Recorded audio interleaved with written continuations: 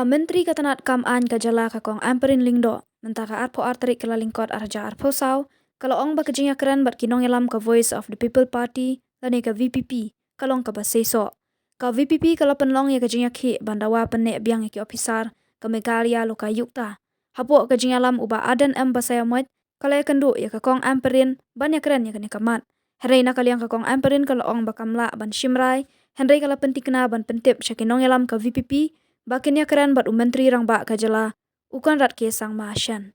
That today we had a very fruitful discussion with President of VPP and his party functionaries, including Ba Khatpran and Ba Erelbert, who are the honorable members of the Legislative Assembly. It was decided in that meeting that they have requested for justification on why is it that there was a change in the appointment of members to the Lokayukta, and they indicated that they would need another meeting with Honorable Chief Minister. I have accordingly communicated this request, which is very necessary, to the Honorable Chief Minister, whom I will be meeting shortly after this to further brief him on the details of our discussions. I express my sense of gratefulness to members of the VPP in the leadership of their president, because at this point of time we would like to see that in our efforts to serve the people of the state of Meghalaya, we must follow democratic paths to ensure that whatever observation, whatever issue, whatever dissatisfaction that is felt by them, because they are an important segment of the entire wheels of democracy, and we must never isolate observations based on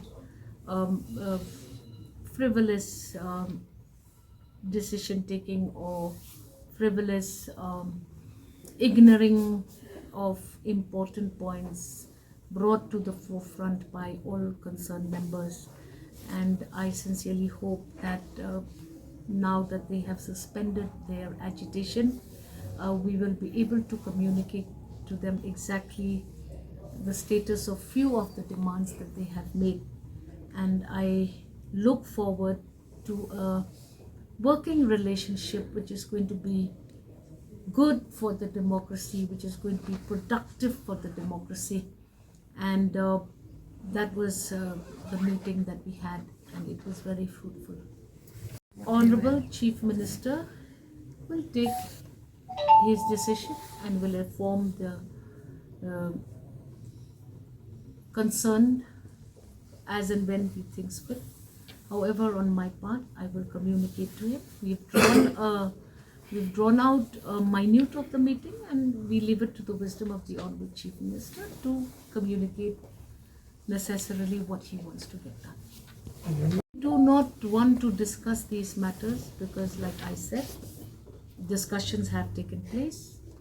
Let these be communicated to the head of the state, who's the Honorable Chief Minister, and accordingly he will make the necessary briefings as and when the need arises. This is your introspection.